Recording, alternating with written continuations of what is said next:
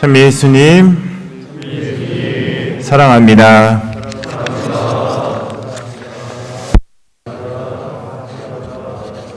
네, 안 하셔도 돼요. 방금 우리 부제님께서 저의 강론 원고를 펼치시면서 적지 않이 당황을 했을 것입니다. 있어야 될 강론 원고가 없고 웬 요상한 사진이 있어가지고 아마 자신의 눈을 의심했을 것입니다. 강론을 시작하기 앞서 여러분들에게 사진을 보여드릴 것인데요. 보이시나요?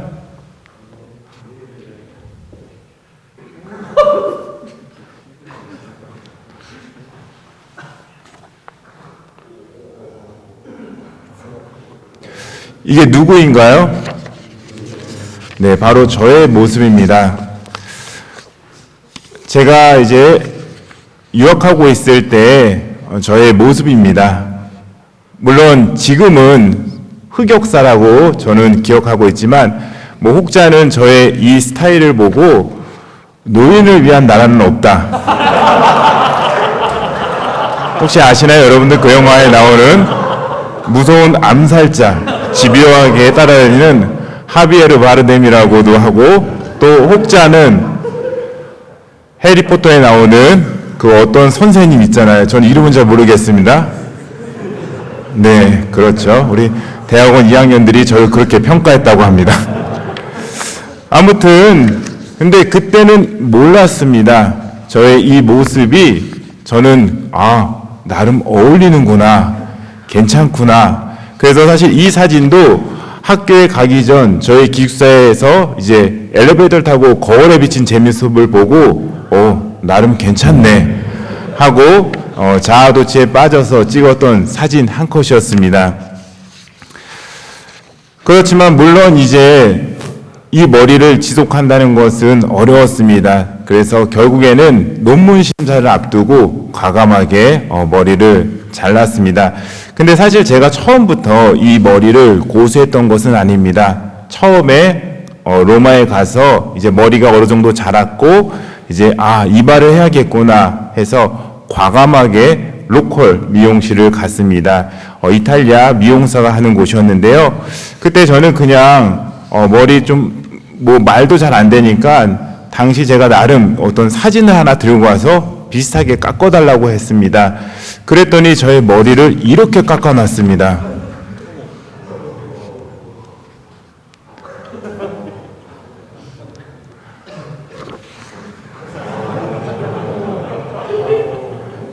이 머리를 보고 나서 저는 절망했습니다.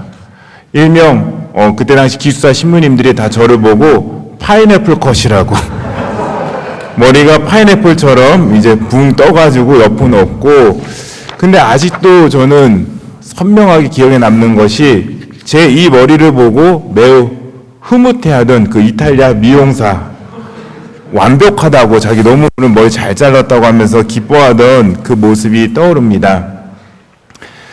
그때는 저의 이 장발머리가 나름 잘 어울린다고 생각했는데 시간이 지나고 나서 또 제 자신을 자꾸만 성찰하면서 이게 아니었구나. 아마 저와 비슷한 경험을 우리 부제님들과 학사님들도 하셨을 것이라고 믿습니다. 오늘 우리가 복음에서 만나는 어떤 인물도 자신이 추구했던 것이 세상의 전부이고 정의이고 옳은 것이라고 생각했을 것입니다.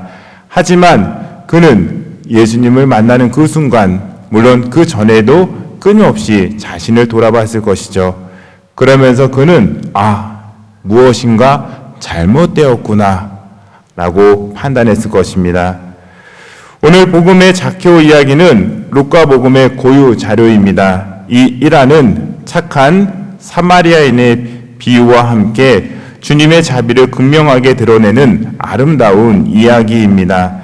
루카 복음사가는 가난한 이들뿐 아니라 죄인들에 대해 관심을 가지고 있었습니다. 그래서 자신만의 고유한 회개 이야기를 우리들에게 전해줍니다.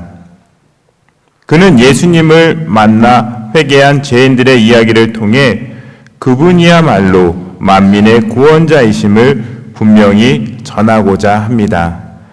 그렇다면 오늘 우리가 만나는 예리코라는 지역의 세관장이었던 zakhe오는 어떤 인물이었을까요?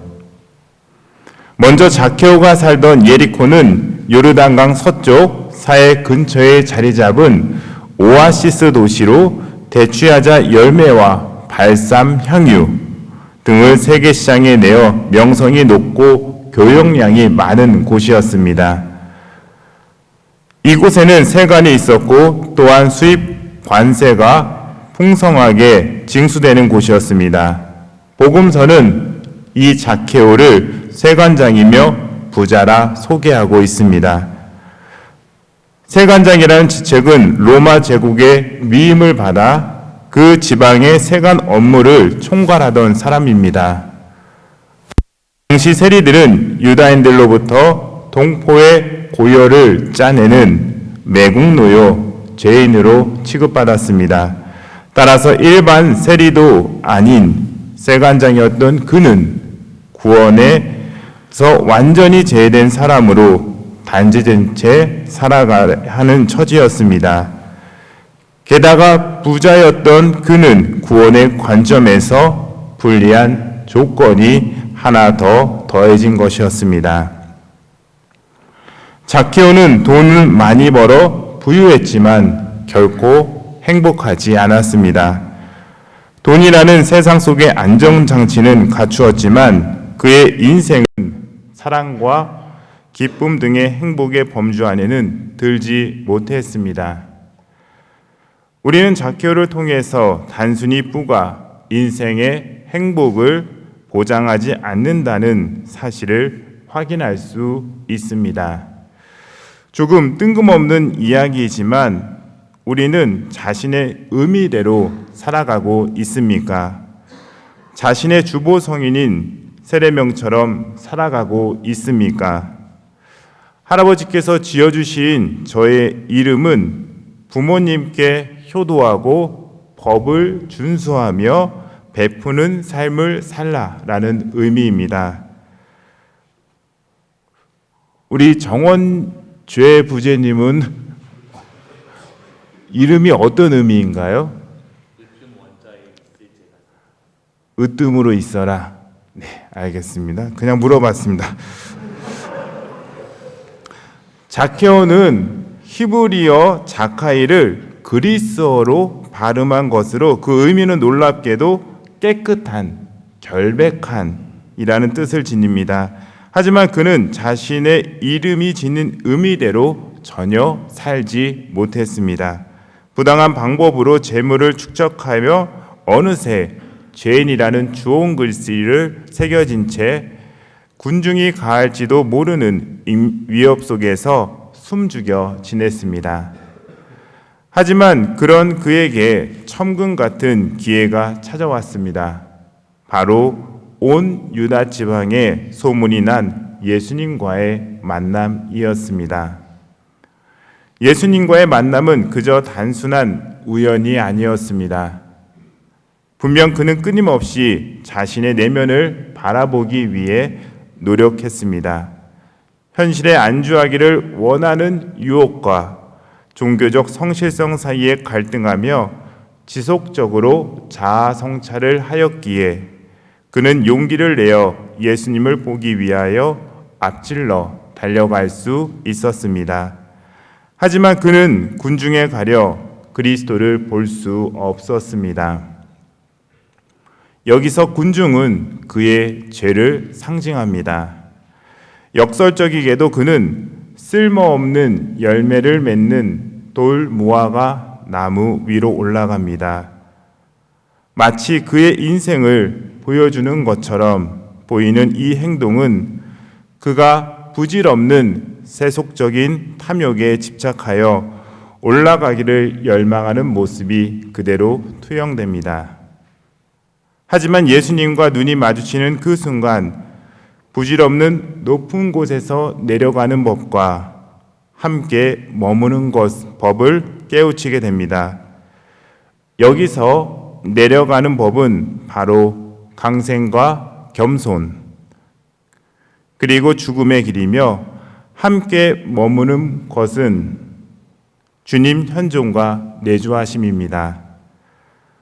자케오야, 얼른 내려오너라. 오늘은 내가 네 집에 머물러야 하겠다. 자케오의 집은 있는 그대로의 자신입니다. 그가 잊고 싶은 과거, 그리고 예수님을 만난 현재, 그리고 변화되어 기쁨으로 채워갈 미래입니다. 자케오는 예수님과의 만남 안에서 하느님 나라의 영원한 행복을 알게 되었습니다. 더불어 그는 나눔의 기쁨도 알게 되었고 주변의 이웃들과 함께 행복하게 사는 법을 알았습니다. 그의 메마름을 상징했던 아무 쓸모없는 돌 무화과 나무 위에 올라갔던 자케오는 이제 생명이 넘치는 가치 있는 사랑의 열매를 맺게 되었고 이를 모든 이에게 나눠주는 선행을 통해 어떻게 하느님 여정에 동참해야 하는지 우리에게 그 모범이 되었습니다.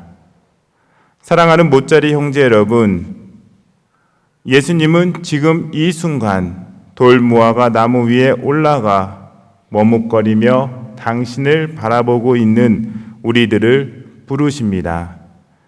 용기를 내어 내려오십시오. 그리고 나의 집으로 예수님을 초대하십시오.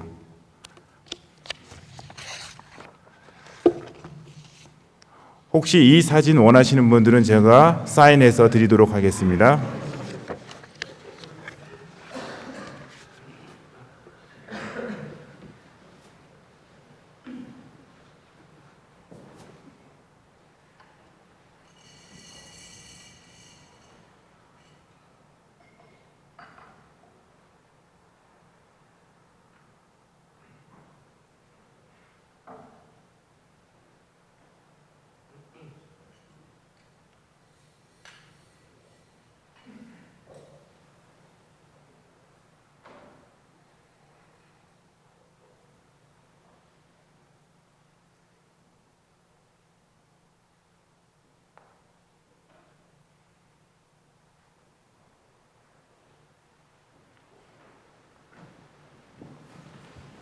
니케아 콘스탄티노폴리스 신명을 함께 바치겠습니다.